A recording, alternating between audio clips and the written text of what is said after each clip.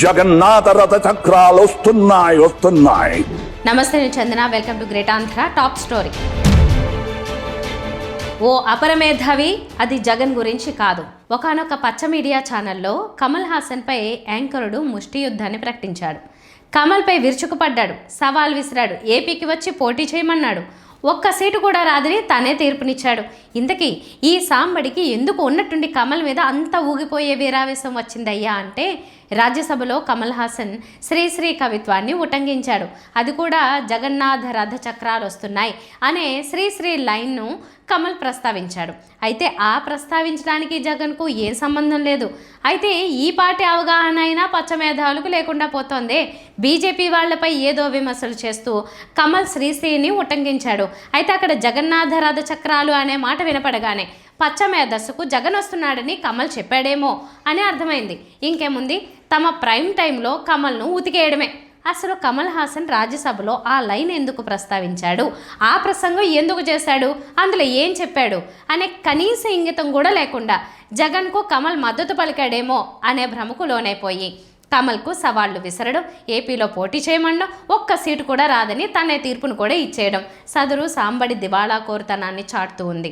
ఇప్పటికే నవ్వుల పాలవుతున్నాయి ఆ భజనలు, ఆ చర్చా కార్యక్రమాలు.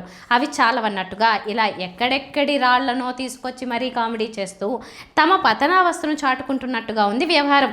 మరి ఇంతటితో అయినా ఈ కామెడీని ఆపుతారో, లేక శ్రీశ్రీ కవిత్వంలో జగన్నాథ రథ చక్రాలు అనే మాటే వీరిని జగన్ను కలలోకి తెప్పిస్తూ ఆ కవిత్వాన్ని నిషేధించేయమని చిన్నబాబుకు పెదబాబుకు ఈ మేధావులు సూచించి నిషేధింపజేస్తారో మరి. అయితే ఇక్కడ పోస్ట్ స్క్రిప్ట్ ఏంటంటే, కమల్ ఆ కవిత్వాన్ని ప్రస్తావించడం తొలిసారి కాదు.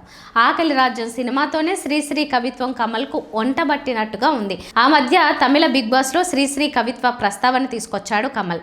తమిళ భారతీయార్తో శ్రీశ్రీని పోల్చాడు. భారతి వల్లే శ్రీశ్రీది కూడా అభ్యుదయ విప్లవ బాట అని. ఇదే జగన్నాథ రథ చక్రాల్ కవిత్వాన్ని ఒప్పచెప్పాడు. జగన్నాథ రథ చక్రాలు వస్తున్నాయి. నేనేం చెప్తున్నానో తెలుగు వాళ్ళకి అర్థమవుతుంది. పోనీ sir, this is not an attack on personalities or governments. During my term in this house, that would be futile. This is only a clash of ideas. This democratic juggernaut will roll over differences but should never roll over people.